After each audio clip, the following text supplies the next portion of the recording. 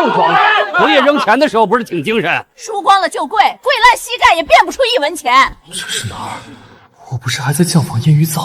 沈都，别装！2两，白纸黑字，手印还在这儿。3日，最多3日，还不上，这挨着渡口大路的祖宅归钱会抵债。2两，钱会祖宅。按，敢借就敢按。沈都27，大江村烂赌鬼，我成了他。六娘婶儿，跟他费什么口舌？3日都算宽的。富贵，你少插嘴！我今日是来讨债的。这人你还不知道，嘴上说还钱，转头连锅都能当了去喝酒。咱沈家的脸都让他丢尽了。苏家那闺女跟了他，真是倒了8辈子霉。诺诺，别看苏乔，原身的妻女，这具身子欠他们的不止2两。苏乔妹子，你还年轻，别跟这滩烂泥耗死。诺诺都烧成这样了，趁早跟哥回娘家。你爹娘那头我替你说。那宅子本就是老沈家的东西，你一个外姓妇人带着孩子也守不住，不如让哥替你料理了，还能换几个钱给诺诺瞧病。听见没？说是帮苏乔，眼睛还是盯着那块地。可不，沈家那院子挨着渡口，落他手里，转手就是好价。平日一口一个兄弟，真到这时，比外人下手还苦。沈都倒是吭一声啊，跪手装麻吧，钱就不用还了。烂赌鬼说100句悔改，不抵拿出1文钱实在。欠契，给我看看。怎么想赖？我看数目，本金2两，我认。哟，今日倒像个人了，拿了契就快还啊！3日后还给你。3日凑2两银子，这不是逼他去抢吗？就他这身本事，去渡口扛活都没人肯收留。3日之内凑不齐银两，你的祖宅便按行规矩处置，到时候休怪我不讲情面。可以。沈都，这事儿我压根没点头，你凭什么擅自应下？江儿，这祖宅是爹娘留给我们唯一的念想，你先前输光积蓄还不算，现在连我们母女最后的容身之地都要一并搭进去吗？我一定会把银子还清。你每一次都是这般说辞，家里就只剩这点积蓄，是留着给诺诺抓退烧汤药的。你要是心里还放不下赌局，我今日就带着诺诺回娘家，从此再也不踏回这里半步。乔儿，你信我一次，往后我再也不碰赌坊半步。大伙儿都听见没？他居然说再不赌了！照我看，今天这太阳怕是得打西边升上来。占维哥，这筐杂鱼该怎么处理？腥气重，肉还少，半文钱都不值。直接到河边喂鸭子，这小东西刺儿比肉还多，没人愿意费功夫挑拣。可不是嘛，费心挑半天，吃2口全是细刺扎嘴，谁家愿意折腾这东西？老板，再来1碗炖家鱼。旁人只当这是喂鸭子的废料，可只要除尽腥气，文火煨至骨肉酥烂，这便是我翻身起家的第一锅吃食。沈都，你往河边跑做什么？这筐杂鱼，你打算怎么结价？你就要买这堆只能喂鸭的破烂儿？我要。沈都，你又要折腾什么糊涂事？你收好给诺诺抓药的钱，这笔钱我分文不动。你开个价。既然你非要自讨没趣，我便成全你，3文钱，这一桶杂鱼全都归你，少半文都不行。成交。诺诺还发着高烧，我都清楚。既然清楚，你还要买下这堆只能喂鸭子的烂鱼。是。你是非要逼死我们母女才甘心吗？苏乔，我明白，现在我说再多你也不会信我。若是实在无法理解，你便只当我是个疯子。这3文钱算是我向你借的，我只用来买这一桶杂鱼，半分都不会动诺诺抓药的积蓄。3日之内，我若是凑不齐2两银子，你直接带着诺诺回娘家，我半句阻拦都不会有。这是最后一次应3文拿走。沈都，你要真能把这堆喂鸭的卖出去，往后我见你叫你沈老板。那你可得先练练吆喝，万一咱沈老板真靠一筐鸭食发了财呢？好家伙，这腥气冲天，也就河里鸭子肯碰。3日之内，2两银子我必定凑齐，祖宅不会被收走，你和诺诺也不必离开这里。沈都，你最好牢牢记住今日说下的这番话，不准你踏进屋子半步。我不进去。你要折腾那些杂鱼，就在院子里弄，千万别把腥脏东西带进灶屋。诺诺还发着烧，经不起折腾。你做什么？血水不能满院子流，弄个排水沟。你往水里撒盐干什么？去腥，直到变得好吃为止。喂鸭的鱼还有这么多讲究？也是，你这张嘴最会骗人。我来。小儿，不是帮你，是怕你把井边也弄脏。沈度，你这是改当鱼贩子啦？田婶儿，借我1瓢草木灰，明早还2条鱼给你家尝尝。哟，如今懂事儿了，还知道有借有还了。洗不干净可别赖我的灰不好。谢谢田婶儿，明早准还。他还会道谢。娘，好像没那么难闻了。你从哪儿学的这些？从前见人做过。不腌透，煨出来还是一股泥腥。鱼还得这么处理？家里还剩多少钱？你还想做什么？买粗盐、姜、葱、花椒、茴香，1小块桂皮。香料？你要拿那么贵的香料做杂鱼？香味出不来就卖不出去。3文给了刘战报，诺诺的要钱流出来，总共就剩下10文。沈度，这是家里最后一点闲钱。栓子，粗盐2文，姜葱2文，茴香花椒5文，鱼1文，归你跑腿。洗干净，煨到位就能吃，做得好还能换钱。这么小火能煨透？皮烂了，骨还是硬的。鱼还要煨到骨头软？味道还是行，但已经没法调了。我早说过，哪有那么容易？卖不出去就算了，别再往灶里添柴。你又要做什么？沈度，那是拿钱买的香料。错了就不能硬卖。今日糊弄出1锅腥鱼，明日整个渡口都记住，姓沈的卖的是喂鸭的饲料。这回火要压住，先温火，再鱼进煨，一夜不能断。你倒真像是做惯了的。苏乔，你家大半夜这是做什么东西呢？怎么那么香？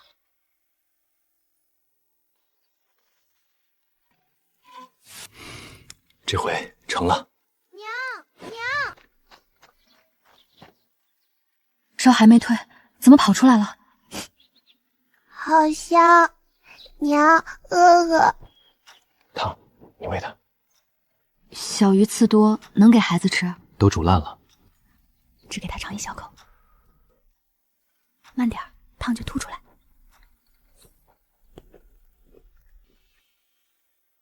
娘，好吃。慢点吃，慢点。他昨日连粥都咽不下，今早竟肯吃了。真是渡口那筐喂鸭的小牙鱼。明日能拿去卖？还得再改一点。这还改？能更酥。苏乔，你家到底煨的啥？这味儿一晚上勾得我睡不着。娘，爹做的鱼鱼香。明日我跟你去赶集。你肯去？不是帮你，我去收钱，省得你又胡花了。谁家一大早炖肉，怎么那么香？一看你就不经常做饭，这味儿哪是炖肉，倒像是鱼。要不然歇会儿。不用。水灵灵的青菜，走过路过别错过啊！炸面糕，香喷喷的炸面糕。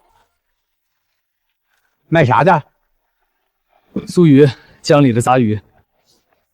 鱼腥气，离我这汤锅远点，别串了我的面味儿。要不换个地方？不用。咦，这鱼怎么一点不腥，还怪香的？哟，这不是沈度吗？大伙儿快来看，大江村的赌鬼不喝酒了，该捡渡口喂鸭的废鱼来卖啦！赌鬼卖的吃食，这谁敢往嘴里放？吃下去，怕不是要被传染毒瘾？你怎么不吭声？你昨儿不是夸口3日还2两，今日打算靠这筐鸭10还啊？不好吃不要钱，鱼刺还能酥？你这嘴比鱼的鱼刺还硬，鱼刺要是能酥，我把这筐鱼连筐吞了。尝一口，不要钱。刺要是扎了嘴，这鱼你白吃，我赔。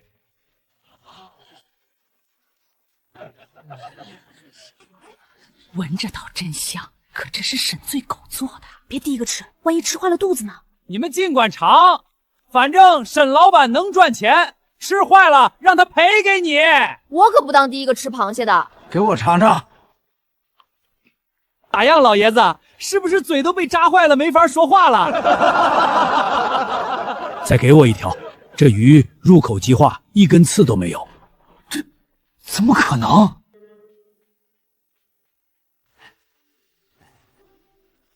给我盛1波，带回去当浇头。收钱。这鱼配着我那清汤面吃，怕是更妙。不急，一个一个来。碰一下怎么了？这是进嘴的东西，别用手抓。要尝，我加给你。喂鸭的废鱼倒让他卖出花来了。他那么会赚钱，想必也不介意我涨价。刘把头，杂鱼2筐，总共6文，3文1筐，那是前几日的价，涨价了，50文。50文买一筐喂鸭的鱼。把头，这是不想卖？卖啊，怎么不卖？50文1筐，爱要不要？那我不从你这过。这渡口上下的鱼，往后都得先过我余杭的秤。姓沈的，你绕不开我。老张，杂鱼卖我出4文，比刘把头还高1文。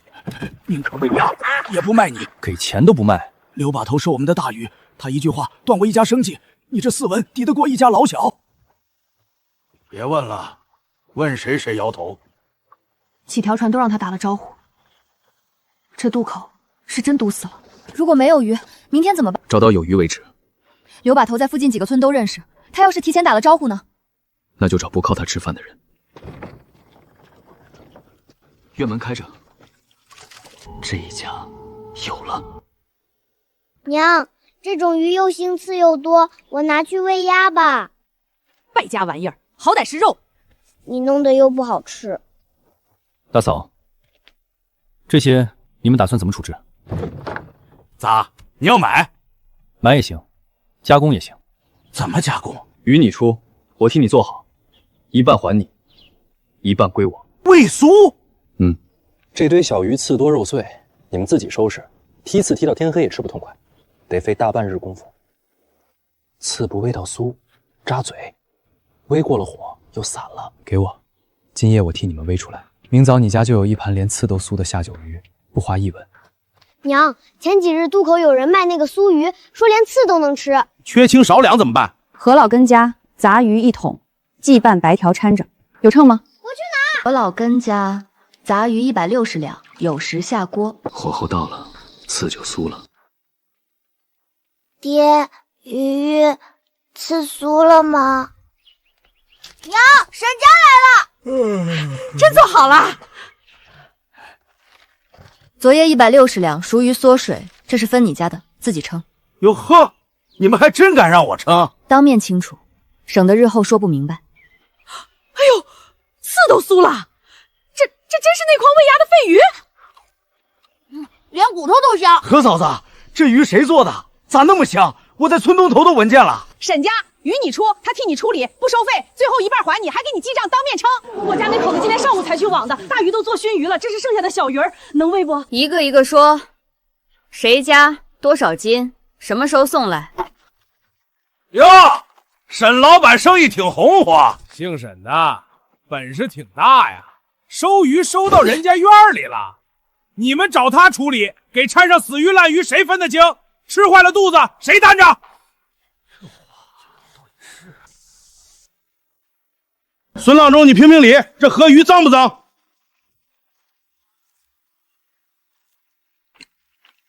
这鱼你做的是，可他这话也有半句是对的。死鱼病鱼隔了夜发馊的，做的再香也不行。听见没？怎么？你知道他用坏鱼了？我告诉你标准，你真愿意学，吃进嘴的东西多严格都行。鱼哪儿来的？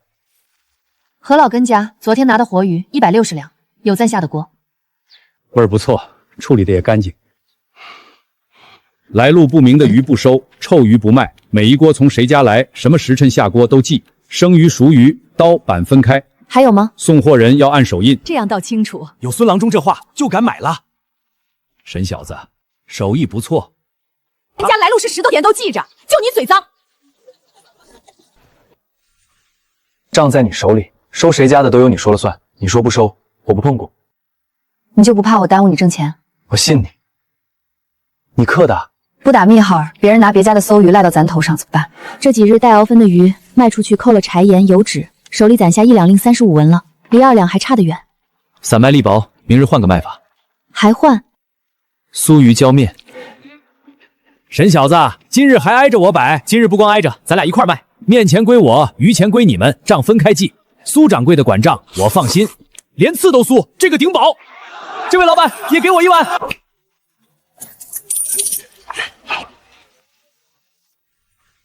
哎呦，吃了他家的鱼，吃死人了！我早说了，鸭子吃的人不能吃，快报官去！什么时辰吃的？哪一份？就刚才。好，那就当重验。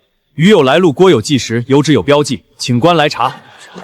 谁吃坏了，货从哪儿来？来路、送货人、下锅时辰都在这儿。今日每一份都盖了审计记号，是不是沈家的货一验便知。这规矩你定的，孙郎之立的。这鱼发馊了，油纸上也没盖章，根本不是沈家的。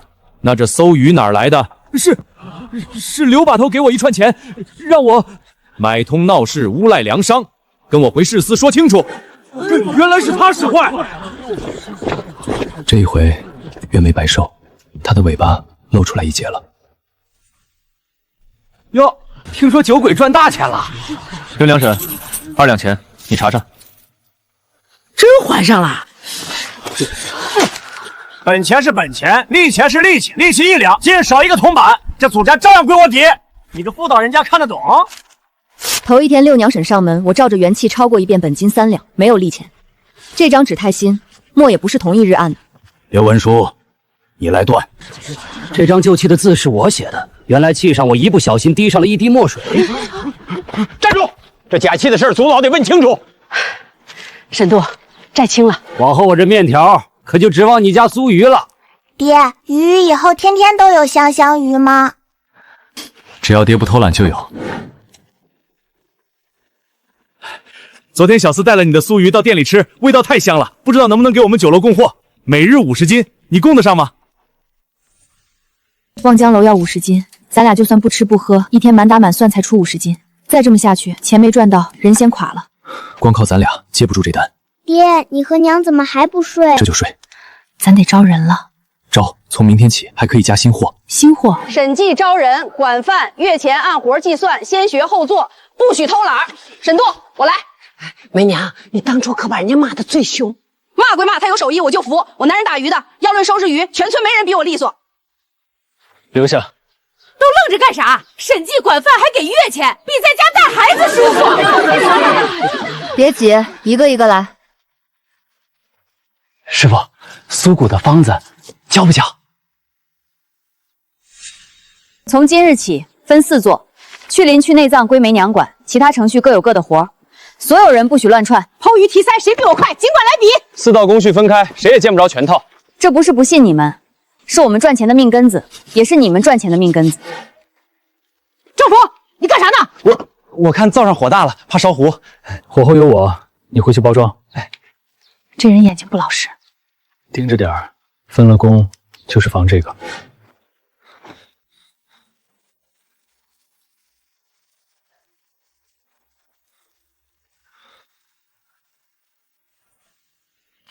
盐轻了，走味儿。这坛发过了头，酸。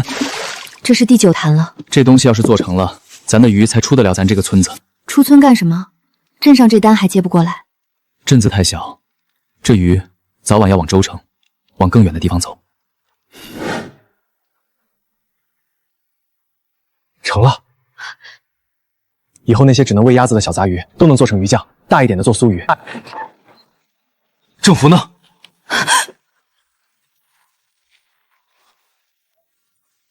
审计古酥鱼新铺开张，比老铺便宜1半，连刺都酥喽。这跟渡口张老哥面摊旁上卖的不像啊。一个方子出来的还能有假？哪来的假审计？审计香味可比这浓。审计，我男人吃了你家的鱼，上吐下泻，人都脱了形。审计都有印章，你们买的那个有吗？这是我们的红印，完全不一样。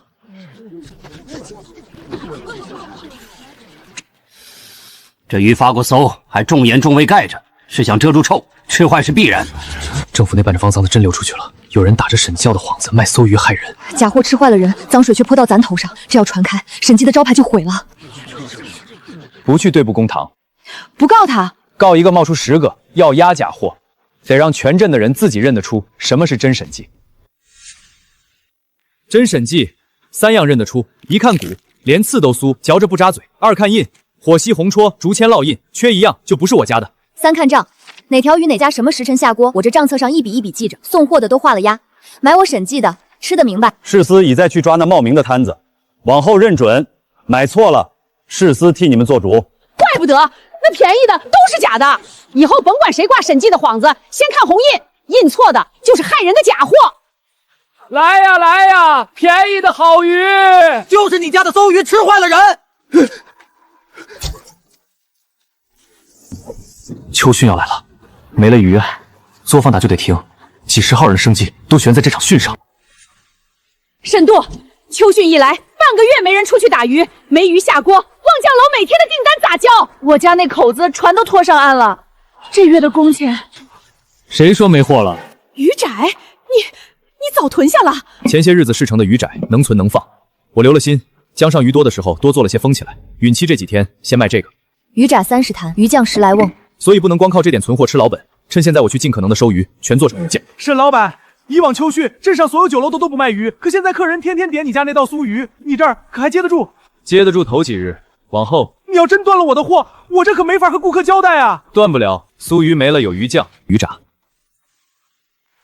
才3日，存货就下去小一半。望江楼那边催得紧，镇上其他酒楼又都断货，人人都往咱这儿挤。照这么卖，撑不到退训。江上半个月不能下船，这可咋整？总不能眼看着断了吧？江里没鱼，不等于别处没鱼。今年这汛期提前，好些人鱼塘的鱼已经没了，水一漫梗，我这也要完，1年的辛苦要全打水漂了。王老丈，你要是现在起塘，你这鱼我全收。你真的全收？我收。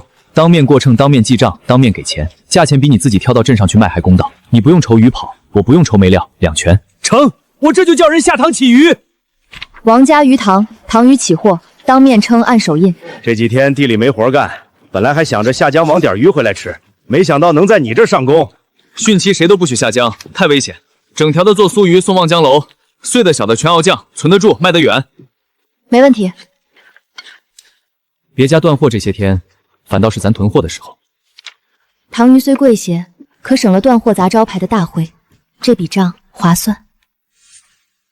这半个月家家断了进项，只有你这作坊灯没灭过。可不，刚闲下来的时候，我真是闲得难受。到头来，在沈老板的灶上，反倒把这1个月的嚼用挣回来了。训退了，江里的鱼也回来了，往后不光收江里的，塘里的也一并收，江塘两头断不了料。沈老板，现在赌我望江楼天天有你的酥鱼、鱼炸撑着，客人已经挤破了门，我算是彻底服了。旁人汛期没鱼可卖，你倒趁着这半个月把招牌越擦越亮。汛没来时，我们就把鱼炸、鱼酱囤下了，断货的时候有货才是真本事。往后这订单只多不少，只是你这鱼咋能存能放？光供我望江楼一家，可惜了。这一场训熬过来，不但没赔，反倒攒下的比往常还多。光靠望江楼和镇上散卖，吃不完这么多货。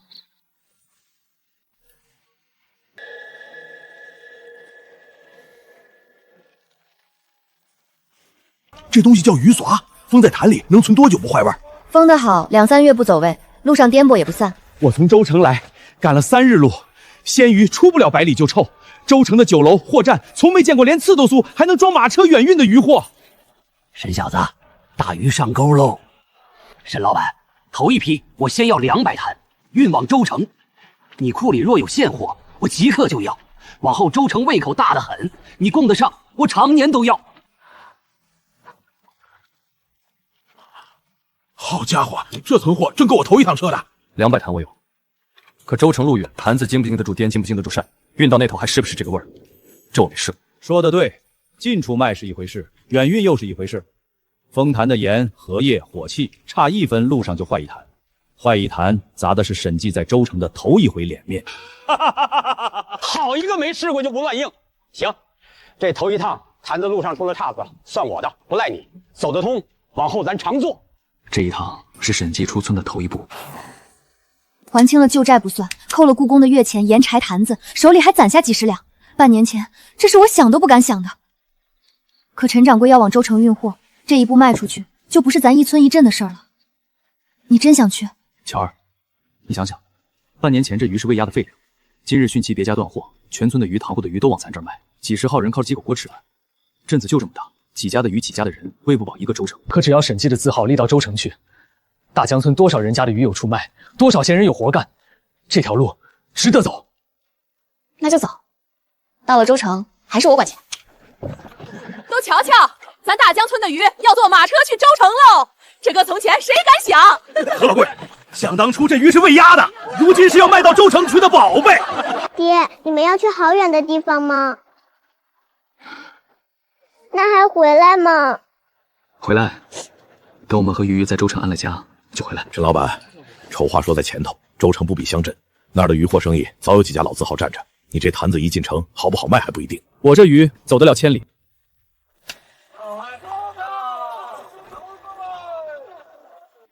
这一条街的铺面比咱整个镇子还热闹。沈老板，货我收下了，只是这话我先说明白，州城的渔货烟货大半攥在隆昌号周东家手里，酒楼进货或占铺面都得看他脸色。你这200坛我自己卖收，可你们要想往各家酒楼铺，人家就不一定敢收了。意思是没有隆昌号点头，州城的货就铺不出去。我的杂货铺吃下200坛已是尽力，再多我可不敢得罪周东家。铺不进酒楼，就先卖给街上的人。州城人没吃过，得让他们尝。你要当街摆摊，在州城外来货摆摊可没那么容易。容不容易，摆出来才知道。这段时你从我这拿的货，我替你卖，钱给你。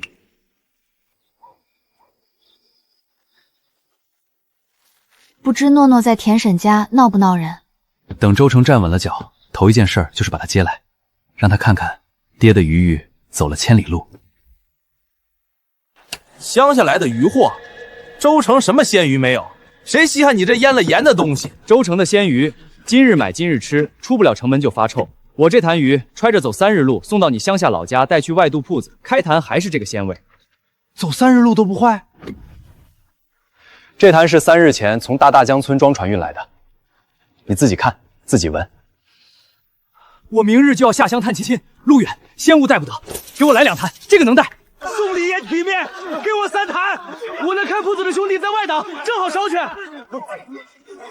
慢着，城隍庙前这片地面上卖鱼货的，哪个不是在渔安会挂了籍、领了引的？你一个外乡人，无籍无引，也敢在州城做渔货买卖？没渔安会的引就是私货黑货，各位当心，别买了没处说理的东西。渔安会管的是生鲜鱼市，我卖的是腌透丰坛的熟货。崔管事，熟食腌货不归鲜鱼行所辖，这是州城的老规矩，人家账清货明，不犯规矩。原来是隆昌号的人，这是怕外乡货抢了他家生意，后来搅局呢。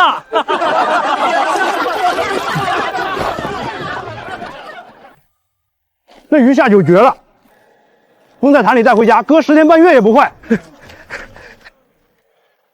沈老板，我德月楼在州城也算头一档的酒楼，这鱼组这素鱼我要长期进货，你开价。德月楼连他都主动上门了，这州城的门算是撞开了。我这就传信回大江村，让作坊加封鱼手走水路运来。州城这条路既开了，就不能断。东家，那外乡人姓沈，货叫古苏鱼鱼杂。这几日城隍庙前排的队，快赶上咱铺子了。前几日德月楼冯掌柜上门要长工之后，不少酒楼掌柜也去找他了。州城的鱼货20年都是隆昌号说了算。一个乡下人凭一坛腌鱼，就像在我眼皮子底下分一杯羹，能连刺味酥，能封坛远运，这方子倒是值钱。崔福，你去会会这位沈老板。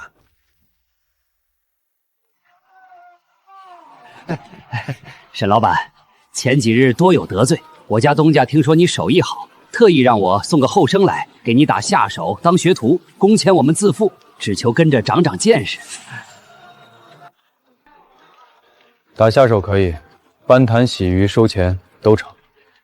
成，阿贵还不谢过沈老板？谢沈老板。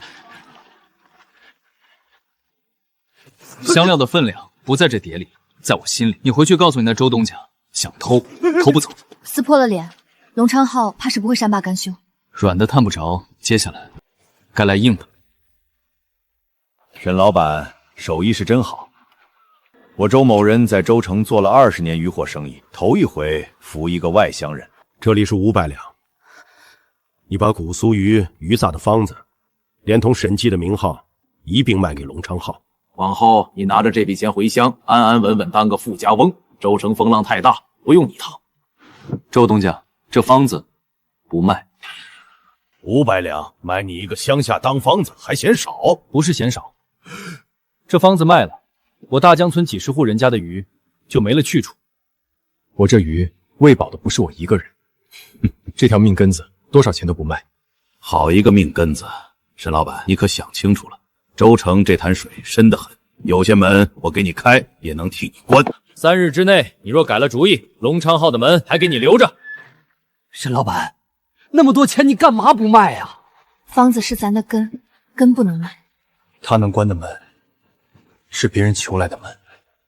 我审计的门，是靠一锅一锅的鱼自己挣出来的，他关不上。沈老板，借不说话。昨儿夜里，龙昌号的人挨家酒楼递了话，周东家发了话，谁家再进沈老板的货，往后龙昌号的鱼虾烟货一概断供。所以德月阁要撤单？不是我冯某人不讲义气，我德月楼一天要用多少鲜货，80%都攥在郎枪号手里，没了他的货，我这楼明日就开不了张。沈老板的鱼再好，我实在扛不住啊。我明白，你先顾着你自己的生意。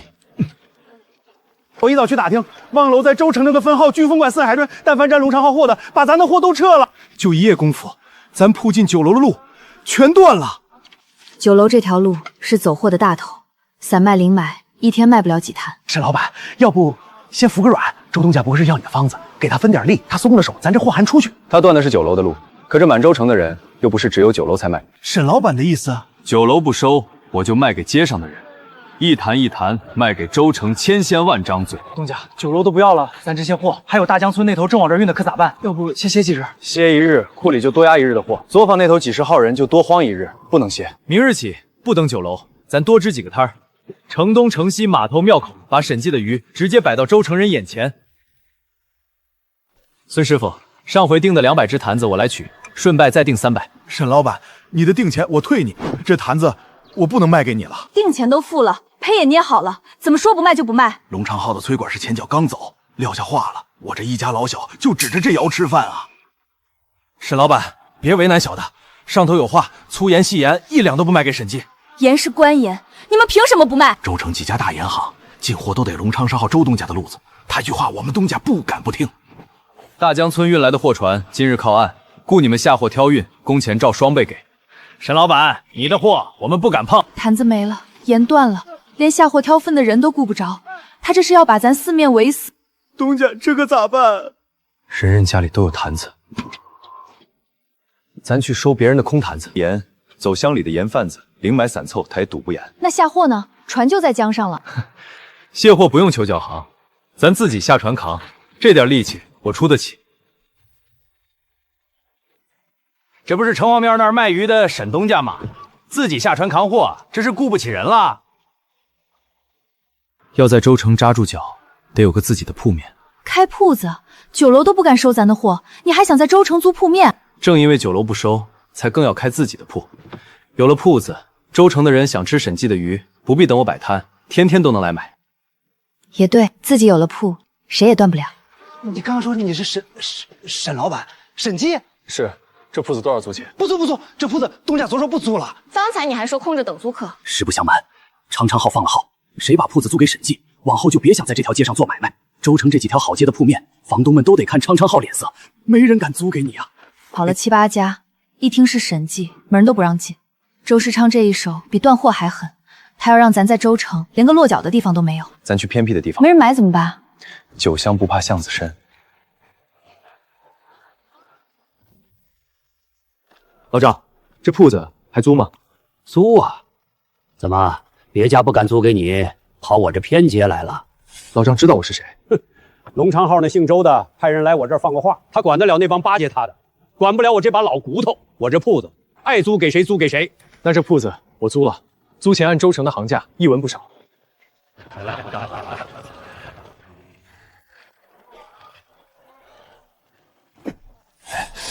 咦，这味儿是真香！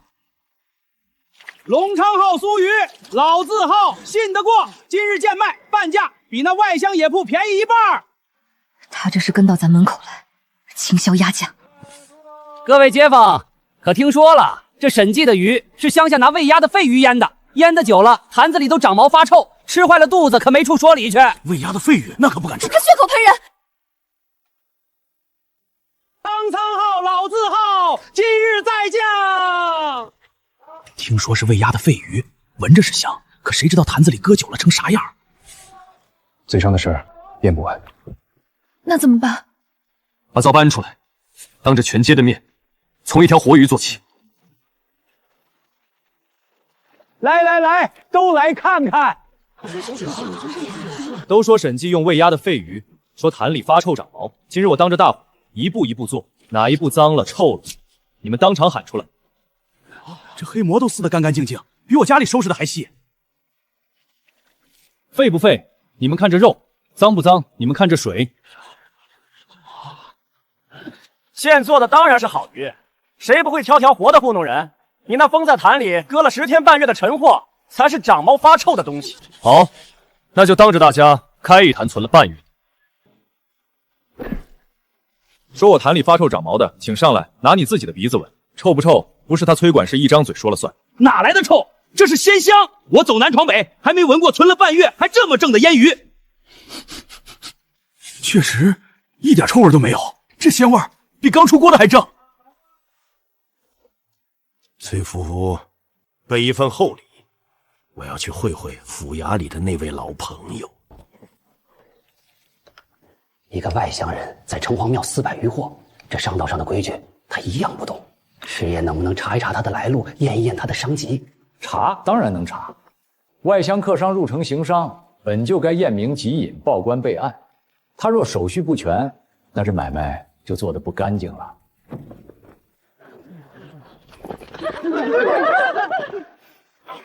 府衙查案，外乡行商，籍隐呈上来。入城的路引、行商的籍册、租铺的契书都在这儿，请官爷验。光有籍隐不算，你这鱼货来路可清？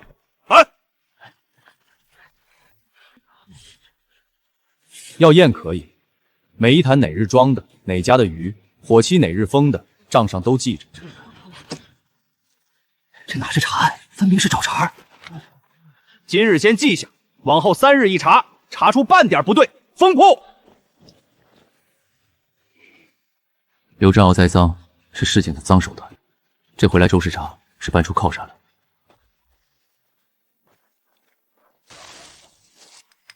师爷说了，明早差役来查，就搜这儿掺假料、藏毒粉，做我们的造伪货害人命，这铺子就到头了。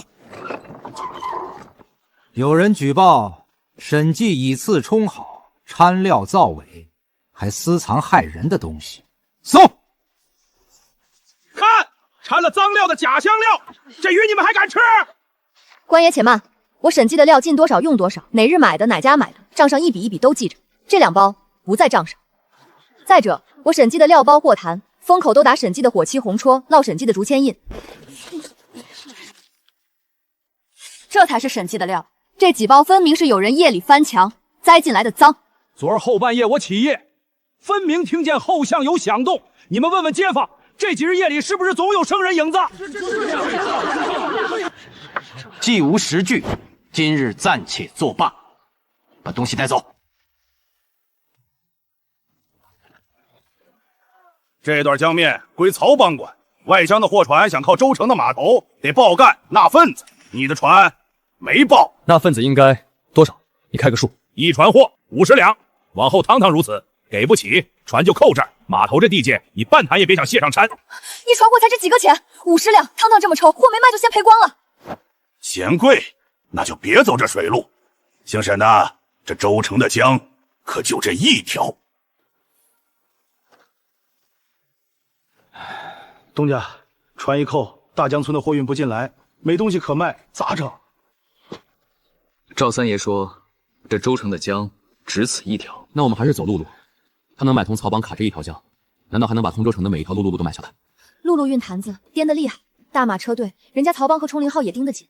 大车扎眼，那就不用大车，化整为零，小车分批走，一趟少些，多跑几趟，总要先熬过去。从大江村来，不走大江直下州城的水路，可以在上游的浅滩卸船，改走这条乡道，多花1日，但安全。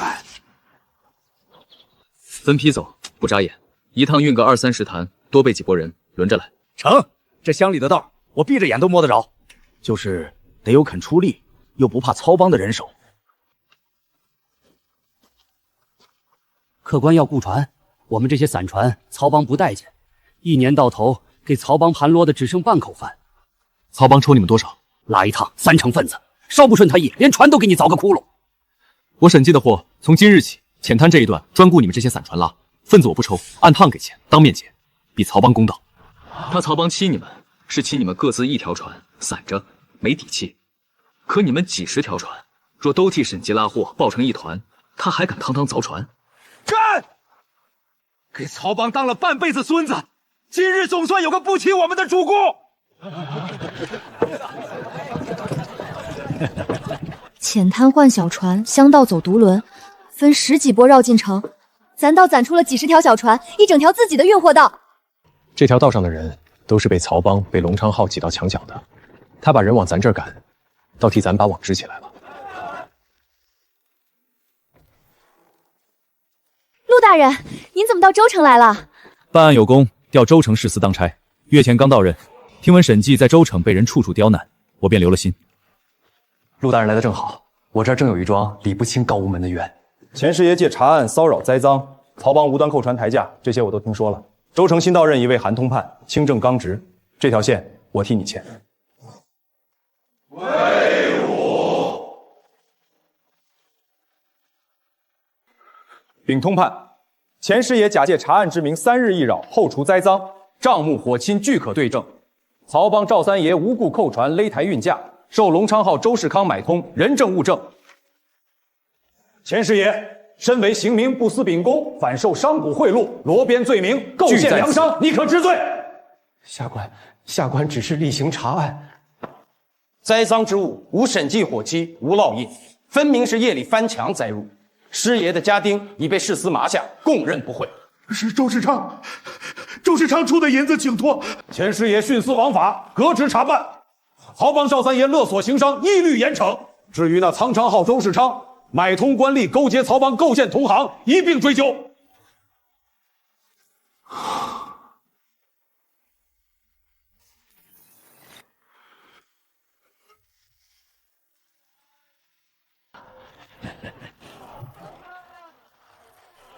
钱师爷倒了，曹帮的船也不敢再拦。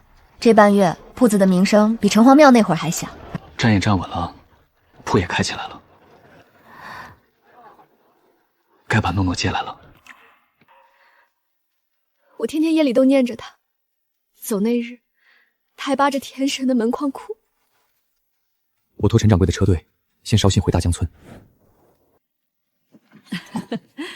梅娘婶儿，娘呢？爹呢？都在州城等你呢。走，婶儿带你去找爹娘。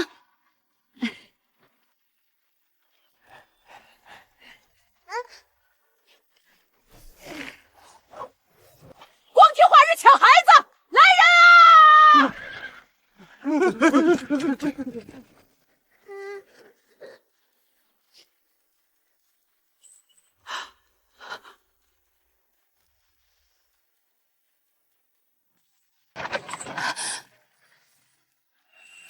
娘亲，诺诺，娘的诺诺长高了。爹，你们走了好久好久，我天天等鱼鱼香香的味道。往后天天都有。还是爹做的最好吃。从前在村里，我做梦都想不到，有一天我能在州城有个铺子。这才刚开头，以后会让你们娘俩过得更好。沈老板，路上的事我得说，有2个汉子想抢诺诺。他们真是一点脸都不要了，连一个孩子都不放过。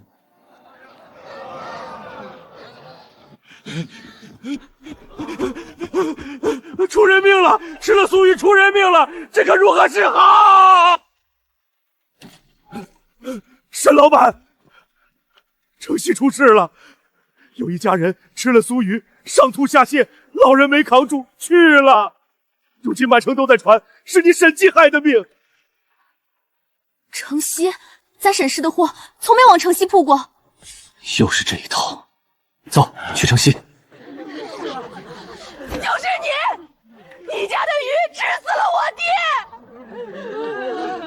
老张的事我痛心，可这鱼从哪儿买的？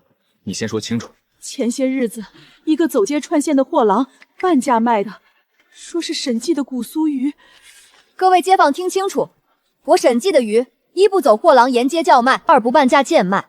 城西这一片，我审计开铺至今一坛货都没出过，账上没有的货，凭什么算到我审计头上？字字都记着日子、买主，这倒赖不到人家。那半价的货郎才是来路不明。那货郎说是用审计的方子做的。审计的方子？苏乔，你听见了？是有人套着咱的名头，要把脏水泼咱头上。陆大人，又麻烦你了。我们猜测就是龙昌浩搞的鬼，请大人顺着这条线查下去。害了人命就不是市井小事了。我这就带人去查龙昌浩的货段。这些发骚的陈货，重盐重味，盖着臭气，套上仿的审计油纸，半价倾销，害了人命。崔福，你还有没说的？是当初买通政府偷的半张，货是积压卖不掉的坏货。东家说套着沈家的名头卖，吃坏了人，正好泼审计脏水。还有这个，买通钱师爷的银钱往来，请托曹帮扣传的字据。周世昌这些年的旧账一并都在这儿了。害人的坏货，勾结的师爷，劫货的曹帮，一件他自己给自己攒齐了。我想泼他一身脏水，到头来是把自己的老底儿全抖了出来。龙昌浩东家周世昌以坏货冒名倾销，致人死命，买通官吏，勾结曹帮，构陷粮商，罪证确凿。我怎么可能输给你这个乡下泥腿子？你是输在那一锅一锅的真货上，假的终究盖不住真的。沈老板，龙昌浩一倒，如今周城的渔货就属你审计头一份了。我德月楼往后你可千万别嫌弃。德月楼长工，当面定，当面记，规矩不变。好，我这偏街的破铺子，如今成了周胜头一块金字招牌。鳖鱼的招牌是不是全州城最大的啦？是，可这招牌能立多久，靠的还是每一锅鱼都干干净净。沈老板，恭喜是真恭喜，不过丑话我还得说在前头。周城这地界你算是站到顶了，可周城之上，府城。沈老板久仰，老夫从府城来，专程为一口鱼。祁东家客气，为一口乡下鱼跑这一趟，沈某担不起。担得起。老夫做了30年南北渔货干货，你这古苏鱼，我齐敬堂砸了30年银子都没做出来。老夫的意思很简单，审计并入齐敬堂，你做广丰号的大掌柜，年付1000两，你的方子、你的字号，我出重金买断。祁东家是明白人，我也说句明白话，方子是我大江村几十户人家的活路，字号是我一锅一锅挣出来的脸面，这2样不卖也不并。好，老夫敬你这份骨气，只是生意场上情面归情面，买卖归买卖，你不肯和，那广丰号就得在州城堂堂正正跟审计比一比。各位街坊，广丰号在州城也做古苏鱼，审计的鱼好，我广丰号要做的比他更好。跟这样的人打不憋屈。沈老板，广丰号找咱伙计说去他们那儿做工，工钱翻3倍，3倍啊！咱作坊里已经有人动心思了。东家，不是小的不念旧，可3倍工钱实在……想去的我不拦。广丰号给3倍，我给3倍工钱换不来的东西。1. 入股分红，谁在审计做满1年，拿工钱之外，还能按年头入一份干股，年底铺子挣多少，你们跟着分多少。2. 带徒分成，手艺我肯教，你带出一个徒弟，这徒弟往后做的货抽你1成，教的越多，你挣的越多。3. 管饭、管病、管老，谁家有难处，作坊垫钱，做到干不动了，审计养着。东家，广丰号给3倍工钱，可他那儿一辈子是个伙计，在您这儿，我是有股的东家。沈老板得罪，我家东家有令，州城上下的好鱼，广丰照日价加倍收。往后这鱼市的肥鱼大鱼，怕是轮不到审计了。沈老板，这是喂鸭的小杂鱼，你确定要这个？要，有多少我要多少，价钱比你到河里喂鸭强。广丰号砸钱抢肥鱼，把这些小杂鱼全给咱剩下了。他不知道，审计的根本就不是大鱼，是这筐没人要的小杂鱼。当年我在渡口，就是靠他翻的身。广丰号抢肥鱼抢得脸红朵粗，哪知道咱这废鱼才是精髓。小杂鱼成本低，他花大钱抢肥鱼，咱花小钱做好货。广丰号古苏鱼便宜了，货真价实了，酒楼大师傅亲自掌烧，都来尝啊！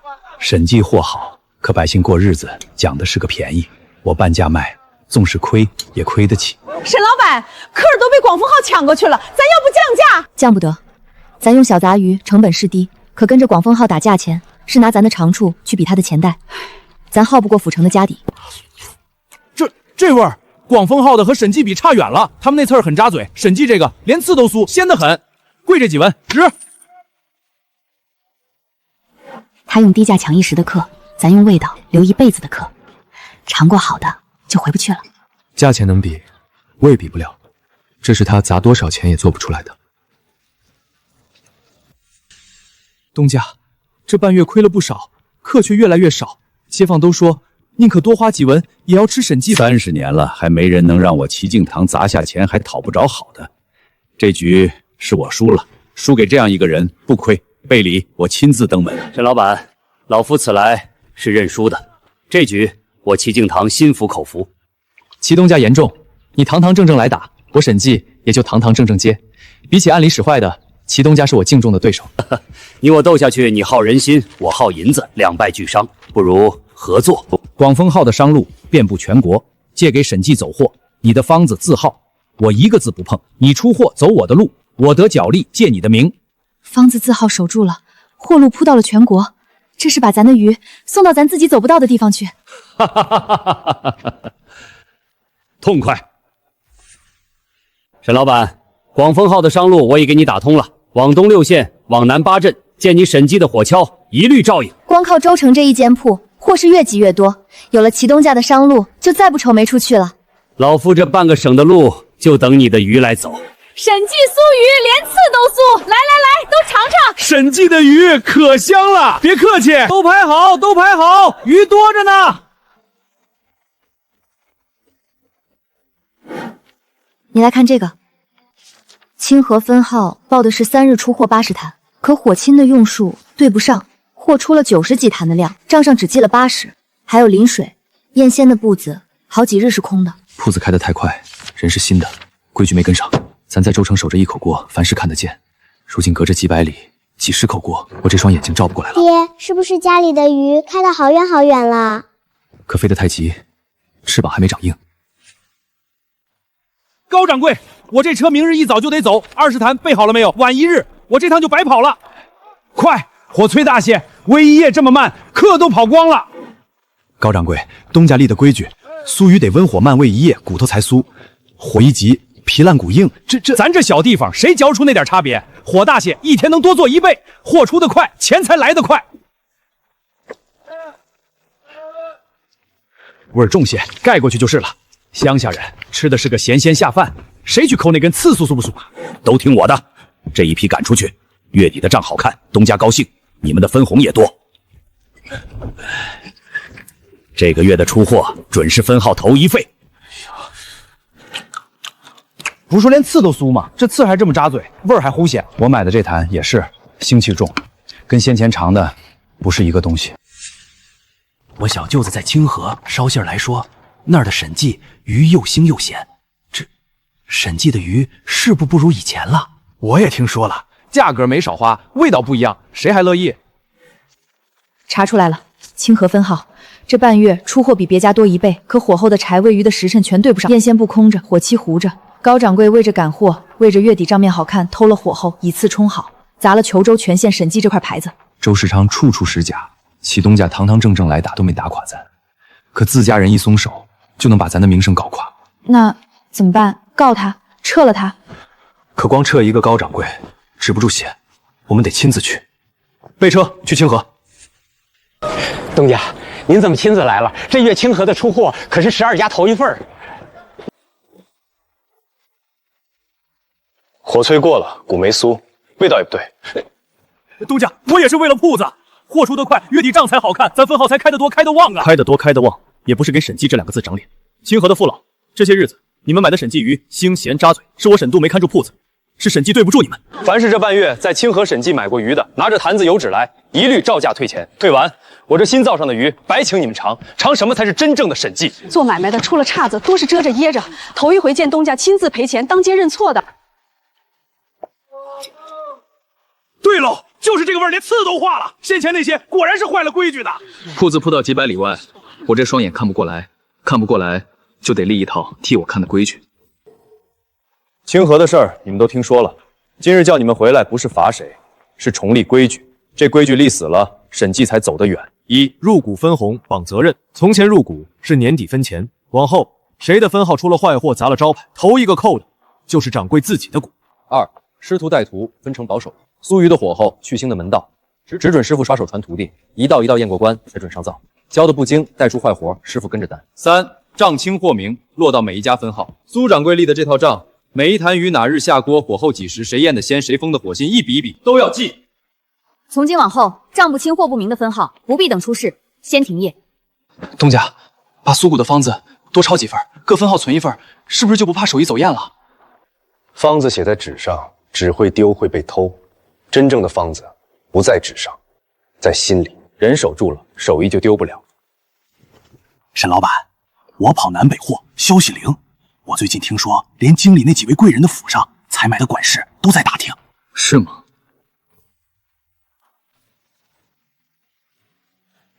敢问可是审计的沈老板当面？正是，这位是京城靖王府，奉王爷之命，请沈老板进京一趟。靖王，那可是当今圣上的亲弟弟。王爷千金之躯，寻我一个乡下卖鱼的，所谓何事？不瞒沈老板，金秋是太后6世寿宴，要办寿宴，宴上要一道鸭席的鱼。太后寿宴，那是要进京贡的。和他心意便荐上去。王爷说了，去与不去，全凭沈老板自己。京城那样的地方，一个不小心就是掉脑袋的事儿。江儿，你还记得渡口那筐喂鸭的鲱鱼吗？这一口鱼从渡口一路走到今天，靠的是真鱼。京城再深，我端出去的还是那锅真鱼，这没什么可怕的。我进京这些日子，州城总铺各家分号就交给你们了，规矩你们都清楚。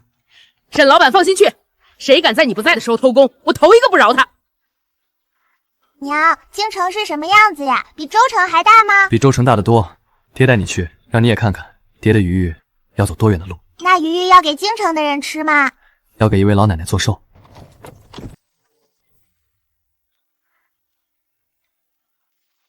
沈老板，前头就是靖王府了，王爷不喜张扬，府里一切从简。沈老板见了，莫要居住。不必多礼。王爷厚爱，沈某惶恐。本王先说句痛快话，你的古酥鱼鱼鲓，本王尝过，天下再没第二家。这样的手艺，埋在湘乡也可惜了。本王出3000两，买断你的方子与字号。你若愿意，本王还可保你一个官身，做个御膳司的从九品，衣食无忧，光宗耀祖。王爷的抬举，沈某记在心里。可这方子不卖，这官身也不敢受。哦，3000两加一个官身，还留不住你？说说看。这方子卖了，10几家分号，几百号靠这几口锅吃饭的人就断了活路。至于官身，沈某一双手是拿来煨鱼的，带了乌纱，反倒煨不好这口鱼了。好一个带了乌纱煨不好鱼！本王在这京城见惯了削尖脑袋求官的，头一回见有人把官身往外推。太后6世寿辰，宴上要一道鸭席的鱼，本王想见你的古酥鱼上去。宫里的古法酥骨鱼讲究古酥而行全，你那古酥鱼酥是酥了，一家却散了形，上不了寿宴的席面。酥了骨又要不散形，这两样确实难。你以前没做过？没做过，不等于做不成。王爷，容我试，做不成我认，做得成这道鱼就替大江村，也替沈记挣个体面。想了一夜，还是没头绪。酥骨我有把握，可要酥了骨又不散形，我得好好想想。爹，你把鱼绑起来，它就不散啦。诺诺好聪明，可是爹爹试过了还是不行。这门道怕是得有懂古法的人点一点。沈老板，王爷请你到前厅，有位贵客要见你。好的。沈度，这位王喇当年是御膳房掌勺的头一人，宫里就属他最会做鱼。如今告老在京，本王3请4请才把他请来。晚辈沈度见过王老。丑话说前头，我来不是教你，是瞧瞧你这后生够不够格学。晚辈不图这门手艺扬名，只想把太后寿宴这一口鱼做得实实在在，够不够格，周老看晚辈做便是。刮鳞、剖腹、去腮到撕黑膜，手艺不错。乡下地方谁教你的？一锅一锅试出来的。我在宫里熬了50年，见过多少投机取巧的。你这后生不图官不图名，这份本分比手艺难得。古法酥骨要酥骨又不散形，关期就一个，大小火交替，中间要提出来亮透，一提一回形就锁住了，骨也能酥到底。官桥我点给你了，你们就夫妻2人，守得住吗？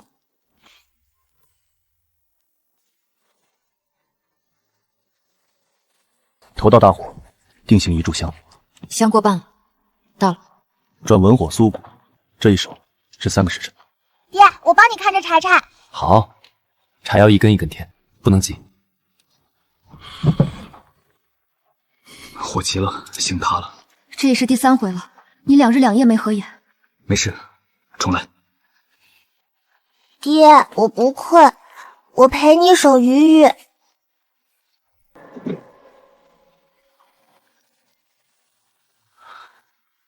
太好了，成了，终于成了。一会儿呈上御前的就是这一道。沈大，紧张吗？不紧张，这鱼从渡口一路做到今天，做的是同一口，呈给谁都是他。这鱼入口即化，连刺都酥，形却纹丝不乱。老身活了60岁，头一回吃到这样的鱼。靖王，这鱼是何人所制？赏。回幕后，是州城一位民间的沈老板，此人一双手从乡野渡口把这口鱼做到了御前。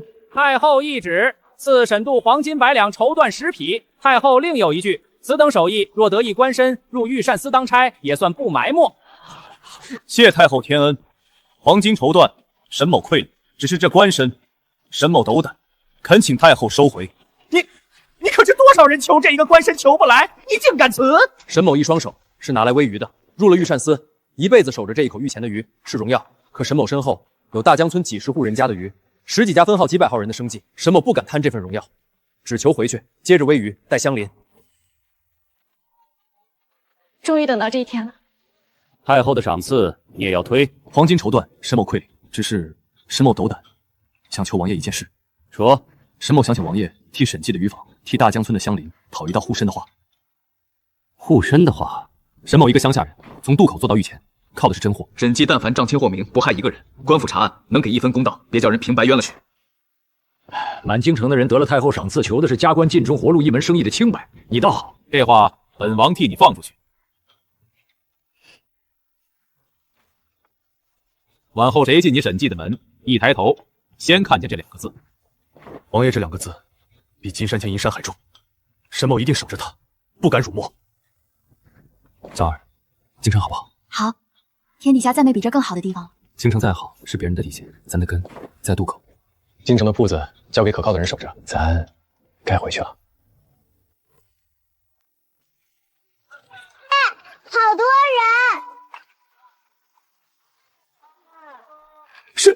沈老板，你回来了！诸位乡亲，沈渡回来了。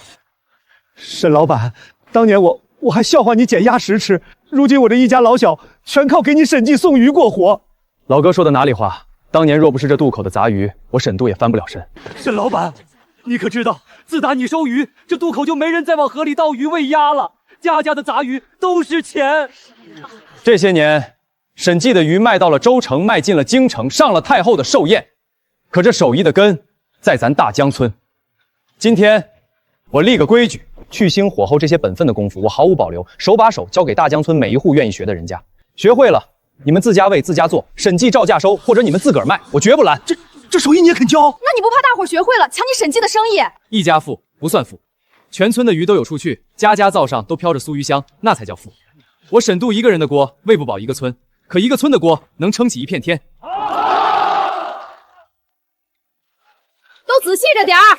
沈记教的规矩：黑磨丝干净，兴线去利落。咱大江村出去的鱼不能砸了招牌。梅娘嫂，你当年可是笑话沈老板最凶的那个。骂归骂，人家有本事，我头一个服。如今我靠这门手艺，我家那口子都不用种地了，光在家伺候我。沈小子，我那清汤面摊如今改成张记酥鱼面了，就靠你这鱼，我这把老骨头日子过得比谁都滋润。当年我给你立的那几条规矩，来路不明不收，臭鱼不卖。如今大江村家家都守着，这渡口的鱼，我这郎中吃得放心。从镇上市司到州城，再到如今沈记这一路，我算是看着走过来的。账清货明4个字，你守了3年，一分没松。如今我这村文书最忙的活计，就是替各家写酥鱼房的招牌，记买卖的契书喽。这本账从何老根家头一桶杂鱼记起，我都留着呢。何老根杂鱼160两，赵梅娘家小鱼半筐，王堂主糖鱼起货。江儿，你还记得第一次做鱼那个晚上吗？头一锅鱼守到天亮，我说他们看见的是喂鸭的废料，我看见的是命。记得。那时我以为这鱼救的是咱一家的命，如今才明白，他救的是全村人的命。